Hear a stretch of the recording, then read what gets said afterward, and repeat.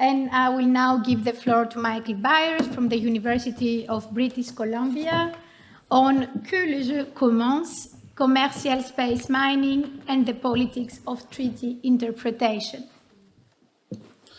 Thank you. Merci beaucoup. Merci au Collège de France. Samantha, c'est un grand plaisir d'être ici.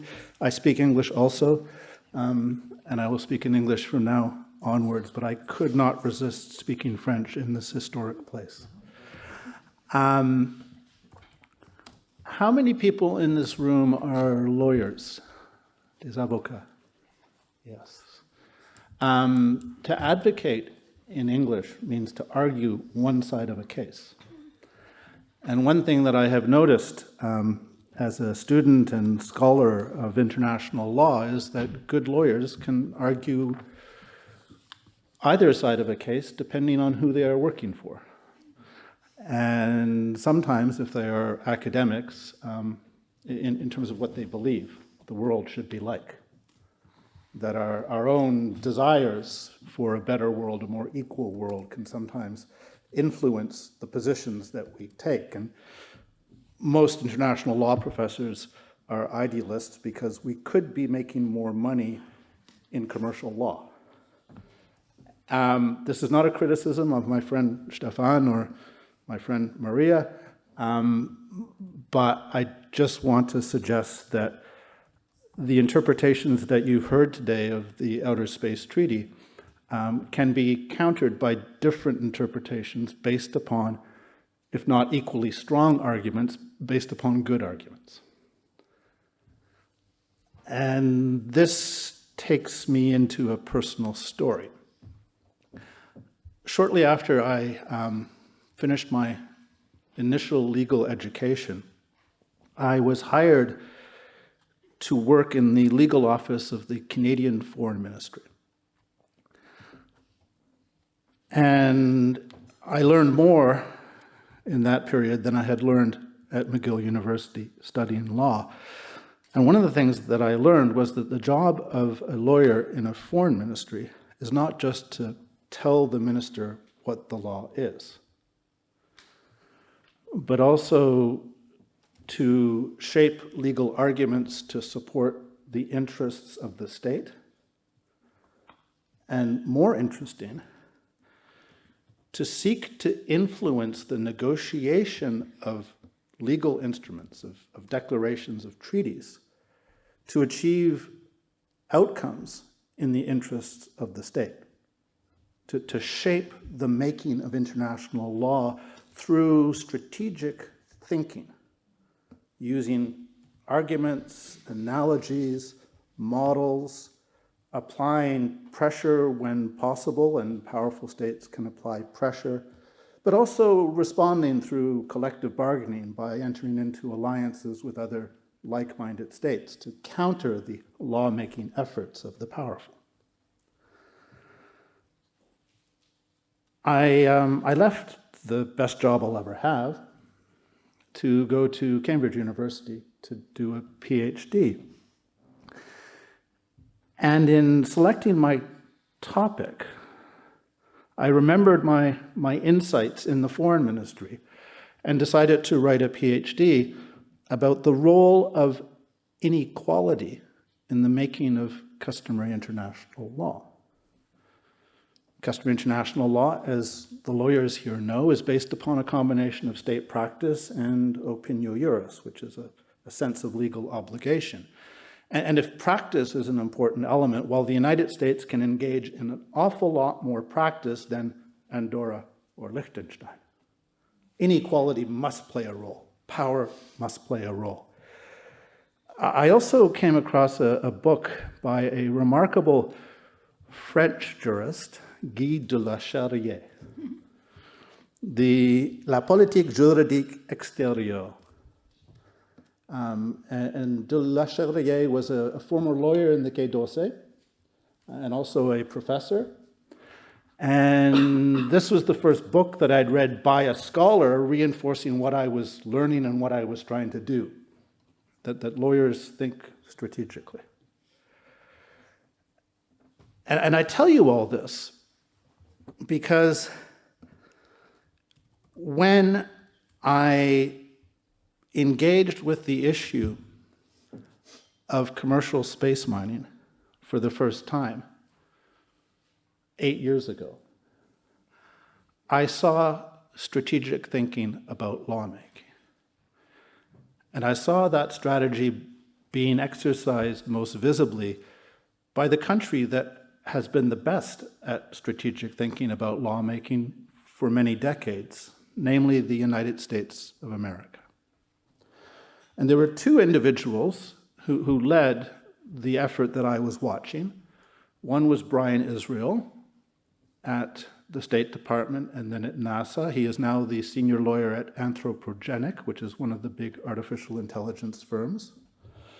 And the other, a man named Gabriel Swiney, who was in NASA. He is now in the Department of Commerce.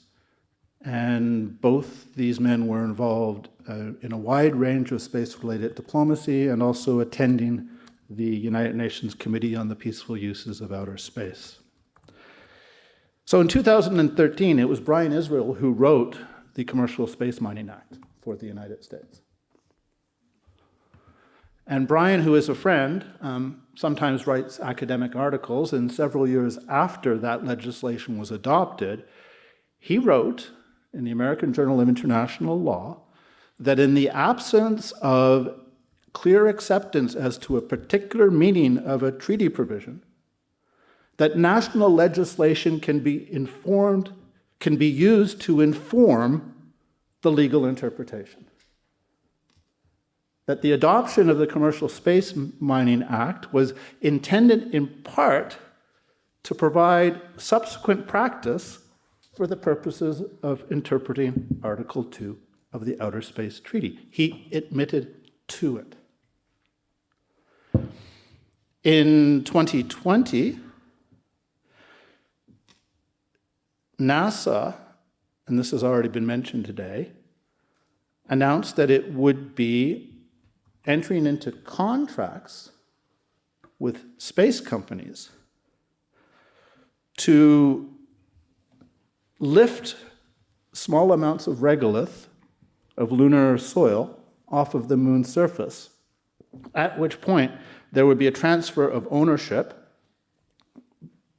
to NASA, and then the company would put the regolith back down, and it would never be recovered, because it's only regolith. It's not worth anything. The whole purpose, and Jim Bridenstine, the administrator of NASA, publicly stated this, the only purpose of these contracts was to establish legal precedents for the purposes of interpreting Article 2 of the Outer Space Treaty.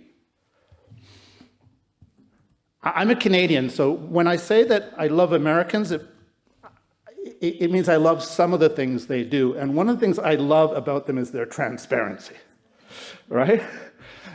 They are playing chess with the board in front of them for everyone to see, while France plays chess with the board behind them where nobody can see, right? But this is great if you're a scholar trying to understand what is going on. And then there were the Artemis Accords. And the Artemis Accords combine a range of different strategies. And I have been, for the last 2 decades, working on a book on strategies of international lawmaking. And the Artemis Accords are my most favorite example, because there are literally a dozen different strategies wrapped up in the Artemis Accords. Well, let me start with the simple fact that they are not a binding treaty. This is a strategy, because it's much easier to sign a non-treaty. You don't need to go through a ratification process. In some countries, you have to get the approval of the Parliament or the Senate. No, with a non-binding treaty, you just sign it. So it's very easy to get lots and lots of countries on board very quickly for non-binding agreements. It's also possible then to get countries that have ratified the Moon Agreement to sign the Artemis Accords because there's no treaty conflict, because one of them is not a treaty. But then you treat them as if they were treaties. So you have these elaborate signing ceremonies. You have, the head of NASA flies to Brazil to sign the agreement with the Brazilian foreign minister, and there's a band, and there are banners, and the president of Brazil comes and shakes everyone's hand for a non-binding agreement? They did other things too. They induced individual countries to sign by offering them astronaut slots. Right? If you sign the Artemis Accord, then you can have an astronaut going to the International Space Station. That's not strategic thinking, that's just straightforward bribery. But it's happened in the process of the Artemis Accords. They started with a small circle of their closest allies. This is the strategy of concentric circles, right? Whereby you get the ball rolling by having the initial signatories being the ones that you can count on. Canada, Japan, Australia, Italy, right? And only then do you roll the ball a little bit further down the field and invite your almost close allies to sign. And eventually you get to India, but only after a while. You engage in what is called serial bilateralism. Samantha mentioned this also. It's a term that was coined by Eyal Benvenisti. And you see this in the Artemis Accords because the Artemis Accords, they're not multiple documents. It's the same document. And every time it's signed, there's only one of the two parties that is the same every time. And there's no negotiation. You cannot negotiate a change to the words of the document. It's take it or leave it. But every single country they go to is approached one-on-one, take it or leave it. Do you want to be inside the tent or outside the tent? There's no collective bargaining. One after the other, bilateral after bilateral after bilateral, 56 times. If you go back and study the history of the standard of compensation for the expropriation of foreign-owned property, you can see how the United States managed to change that rule back in its favor through literally thousands of bilateral investment treaties, strategic bilateralism. They've been doing this for a long, long time. There's another aspect, and I don't want to take too much more time. You can read the paper. I go through the different strategies that are identifiable there. But the one that I really want to get to is that they have, through this serial bilateralism and through these concentric circles, created a community, a coalition of the willing. And the Artemis Accord states are now meeting privately to strategize how to add more countries to the group, but also how to exercise influence on the Working Group on Space Resources at the United Nations Committee on the Peaceful Uses of Outer Space. So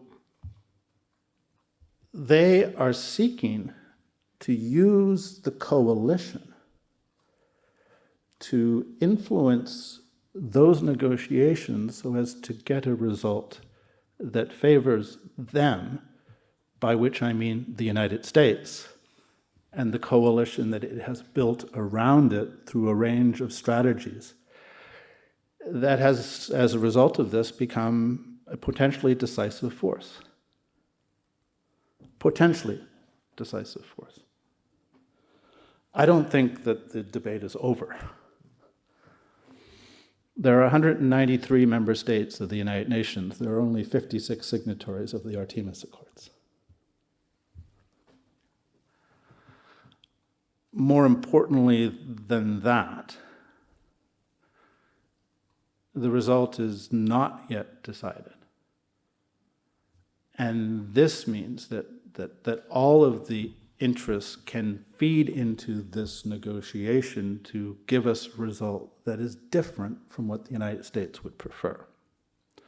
We've seen this happen many times before. The Group of 77 was enormously influential during the 1970s and the 1980s. With the new International Economic Order, the United Nations Convention on the Law of the Sea. The G77 has, on several occasions, issued statements concerning space mining. And some of the developments advanced by the United States. The national legislation, the Commercial Space Mining Act, and then the Artemis Accords. The statements are actually the G77 plus China, because China in this context continues to want to be regarded as a country of the global south. And these 133 states of the G77 can block any development in the working group, in COPUOS, in the General Assembly, and indeed in the change of customary international law, if they collectively bargain, if they speak with one voice. The other thing that's happening is that we are seeing the entrance of safety and environmental considerations into these debates. I've mentioned the issue of lunar dust, for instance, on the moon. We're seeing new focus on lunar coordination. There's an action team on lunar consultation that has been created at COPUOS. There is concern about protecting radio spectrum on and around the moon, particularly to protect the potential of the far side of the moon as a location for a large radio telescope. There is a recognition that there are only a few stable lunar orbits, and if we're able to cause congestion and potentially the loss of safe access to low Earth orbit with its millions and millions of safe orbits, then the loss of lunar orbit could come fairly quickly. There's a recognition that in the absence of an atmosphere, that anything that is abandoned around the moon could create a major safety hazard for anyone on the surface of the moon. The list goes on, and these different considerations. You know, there are countries that want to put nuclear reactors at the nuclear South Pole, and that is now starting to raise an issue about safety. So these environmental and safety issues are now becoming part of the conversation. So the conversation is not just about is commercial space mining allowed or not allowed. It's becoming a conversation about how should we be channeling this industrial interest, this scientific interest. How should we be protecting humanity and the pristine nature of the moon from unnecessary safety and environmental challenges. And that, I think, with time will make for ultimately a much better multilateral agreement. Some people will say the United States is moving quickly and the United Nations moves slowly. And on that particular issue, I say, don't worry. Space is hard. People get really excited about building mines on the moon or going off and capturing an asteroid. And space is hard. It's a vacuum. There are intense levels of radiation. The mechanical problems that can happen ultimately, in most cases, result in the loss of a spacecraft. It's hard. And so all of the timelines that look optimistically at 5 or 10 years, our astrophysics colleague this morning said his timelines were probably optimistic. I think they were exceedingly optimistic. We have time to get this right, provided, and this is the important thing, provided that everyone realizes that the United States is playing a game. It's very strategic. It's using multiple strategies and tactics. It is trying to get to a particular result. And the only way that you stop them from scoring, well, is first of all to realize that they're playing against you. And then the other way that you enable to prevent them from winning is to find your team. This is not an issue for one country or one scholar or a group of academics. This is an issue that requires that we collectively resolve to slow them down, force serious multilateral negotiations, incorporate those safety and environmental considerations, and get to a result that will serve our great-great-great-grandchildren. We have the time to do this right, provided that we recognize that the United States is playing a game that it knows how to play very well, and then work together to slow them down and bring them into an agreement that one day will be a win-win for everyone. Merci beaucoup. Thank you very much.